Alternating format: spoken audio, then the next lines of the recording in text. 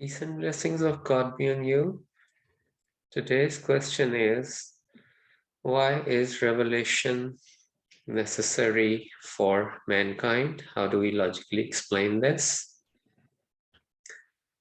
Now, speech of God to a human being is known as revelation. Most of the so-called religious leaders will tell us that once upon a time, God used to speak to man, but does not do so anymore, and will never do it again on this earth. I will explain revelation in a bit more detail, since this is also an area where people are usually very unclear and have lots of mistaken beliefs. By revelation, I do not mean an idea which comes to human mind as a result of concentrated thinking. For example, a poet who has discovered half a verse sometimes thinks very hard and finally gets to know a suitable second half. This may come to him while he's awake, or it may come to him while he is asleep, but this is not revelation, as I will demonstrate in a while. Similarly, sometimes a scientist who is on the verge of a discovery and is only missing the final link thinks very hard for days and days and sometimes gets the solution in a dream. For example, the person who discovered the structure of the molecule of benzene was shown this structure in a dream. But once again, this is not revelation.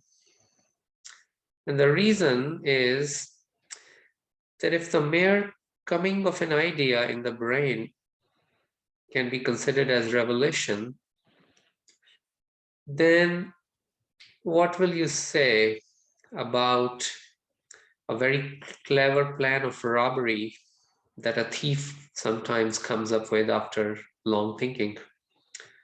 Of course, we know that that's not revelation. So the rule which we see here is that just an idea which comes as a result of concentrated thinking cannot be termed as revelation. So what is revelation then? Revelation is actually the powerful and clear speech of God to a human. It consists of very clear words or sentences which have very useful meaning for the person receiving revelation and sometimes for other people as well. For example, God conveys religious teachings to prophets through revelation. Similarly, God tells in very clear words to his prophets that they are going to win a seemingly impossible battle against their enemies. Now, sometimes even non-prophet pious people get revelation, either for solace in times of trouble or for solution of certain spiritual problems that have been troubling them. For example, Mary, peace be on her, was not a prophet, but she got a revelation about the birth of Jesus, peace be on him, before his birth. In this revelation, she was told, among other things, that she is going to have a son who is going to be a prophet for the Israelites. Having briefly explained what revelation is, I will now logically prove why revelation is essential for mankind. Let us observe the law of nature that goes with our perceptions. For example, our eyes have the ability to see, but they cannot see unless there is external light.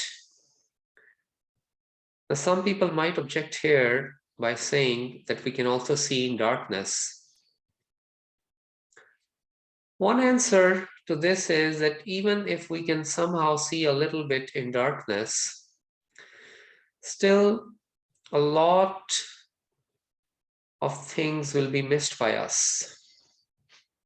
Imagine walking a road full of pitfalls at a night when the moon and stars are hidden by dark clouds. You may avoid some pitfalls, but eventually you will fall in one no matter how hard you try to avoid them.